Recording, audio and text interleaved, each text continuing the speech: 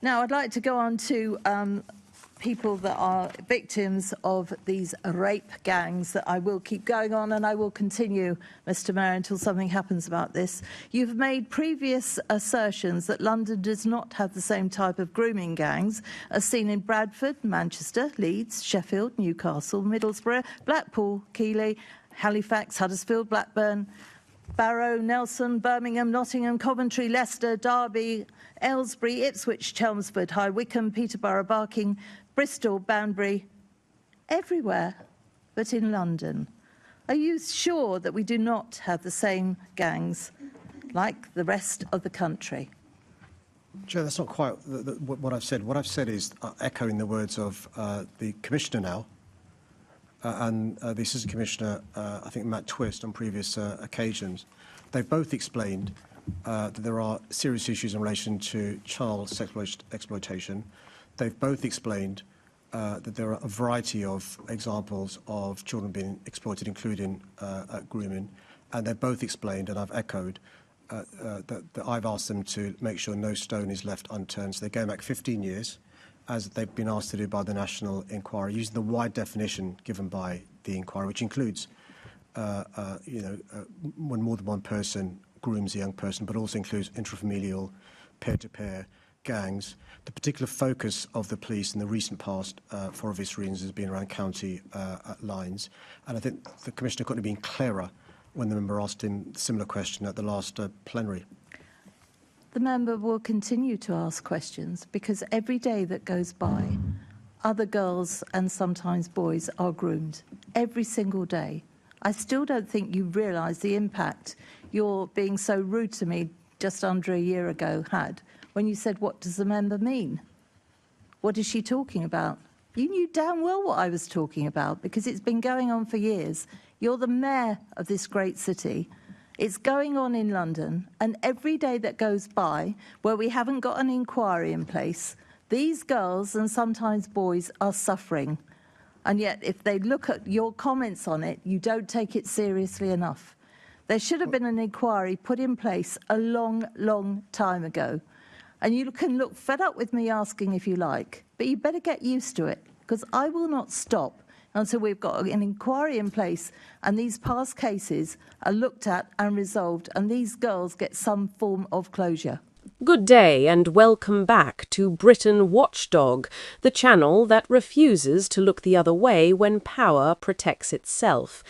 Now, before we get into what you actually came here for, let me ask you something. You are watching this. You care about accountability. You care about victims who have been failed by the very people sworn to protect them. And yet 94% of you are watching without subscribing. It costs you absolutely nothing. Hit that button, because what we do here matters. Right then, back to the main event. Well, Chair, if I can be given a similar time to respond to that question / speech. So I'd remind colleagues that when Alexis J undertook her inquiry and made a number of recommendations, not one of them was actioned by the previous government. In the meantime, victims and survivors were waiting for justice. I'm really pleased this government asked Dame Louise Casey to look into this matter. Dame Louise Casey recommended another national inquiry. I'm really pleased this new government has ordered that to happen, working with the NCA and others. I've been quite clear to the Met Police Service, we've got to make sure that victims and survivors receive justice, which is why I've asked them to go back 15 years, as the National Inquiry suggested, look at a wide definition provided by the inquiry to ensure no stone is left unturned. But also during my mayoralty, what's happened? I asked HMI to come in and look at the Met Police Service to make sure that they were treating children properly. We've got a child-first approach from the Met Police Service. There is a proper children's strategy. We've made sure tens of thousands of police officers and police staff have been retrained. We've invested in victim and survivors. I was talking specifically on grooming gangs. You know full well we're on a clock, Mr Mayor. You know full well you just run it down, which is despicable since you just never want to come and answer questions properly. I'll leave it there because of my time. Thank you, Chair. Picture this. The chamber of the London Assembly. Suits, papers, polished words, and underneath it all a ticking time bomb of a question that Sadiq Khan has been desperately hoping nobody would ask loud enough. Enter Sussan, cool, measured, and armed with something far more dangerous than a rant: facts. She stood up, and she did not blink. She pointed directly at the Mayor of London and asked, in plain, unambiguous English, why London has not had a formal inquiry into grooming gang activity, when city after city across this country has uncovered exactly that pattern of organised child sexual exploitation. Rotherham, Telford, Rochdale, town after town, victims after victims, cover-up after cover-up. And Sadiq Khan? He did what politicians do when they have no good answer. He reached for the folder. He cited the Metropolitan Police. He cited national inquiries. He cited retraining initiatives. He cited a child-first approach. He stacked reassurance upon reassurance like a man building a wall out of words, hoping it would be tall enough that no one could see over it. But Sussan was not finished. Because here is the thing about politicians who deflect. They assume the person asking the question will eventually run out of patience or run out of time. Sussan did neither. She pushed back. She called it what it was.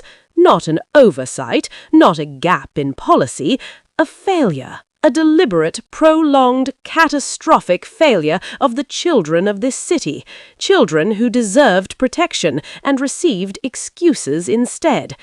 And in that moment, watching Khan shift in his seat, you could see it. The discomfort of a man who knows the ground beneath his argument is not solid. Now, let us be clear about what is actually at stake here. This is not a political game. These are real children, real victims, real lives shattered.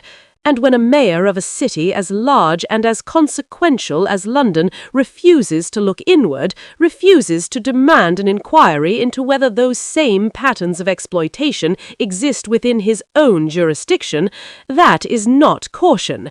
That is cowardice dressed in a lanyard. The internet, as you might expect, did not let this one slide quietly. Clips of the exchange began circulating almost immediately.